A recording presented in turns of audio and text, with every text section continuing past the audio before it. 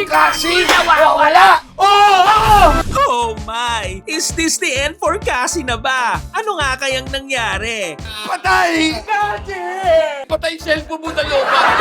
Alam kaya ni Marty ang nangyari kay Cassie? Kanina ko pa rin kinokontak si Cassie, pero mukhang lowbat yung cellphone niya. Binalikan ko yung restaurant kung saan kami kumain. Sinundo doon na isang kotse. Sinundo ng kotse. Sino kaya ang sumundo? Hello? Nasa kamay na namin si Cassie. Kung gusto nyo pa siyang makasama, 100 milyon. Aray ko po, 100 million pesos baka mo. Saan kaya kukuha si Karim ng ganong kalaking pera? 100 milyon ang hinihingi ng mga kidnapper. May tinatago ako. 100 milyon ang halaga nito. Malamang ibenta ko yung kurbata ni Andres Bonifacio. Ikaw, Sampit, puro kakalokohan. Hindi nakukurbatan si Andres Bonifacio. Yun hindi mo alam. Kapag inaaya siya ng Dini Rizal, sinusuot niya yung kurbata.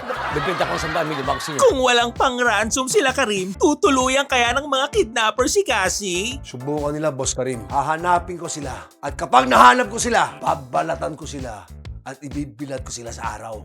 Ngayong bagong taon, humanda na sa isang maaksyong engkwentro sa Barangay Panalo. Umubra kaya ang mga kidnappers laban sa mga nagmamahal kay Cassie? Huwag kayong mag-alala, okay? Meron akong investigador na pupuntahan ko din ngayon. Sana yung matulungan ako. Dapat mag-give in na tayo sa mga demands ng kidnappers. May punto tong si Bella. Kunwari, magdala tayo ng 100 milyon. Pagkatapos nun, dadalhin nila tayo kay Cassie. Pag nadala nila tayo kay Cassie, masisave na natin si Cassie. Don't miss the most awaited, the biggest ever, action-packed season ender of all time. Wise at Engeng, ang panalong finale. Sabado, 7 o'clock p.m. sa Pure Gold Channel. Mas gusto ko pa makipagbasagan ng muka kesa kumain ng braso de Mercedes.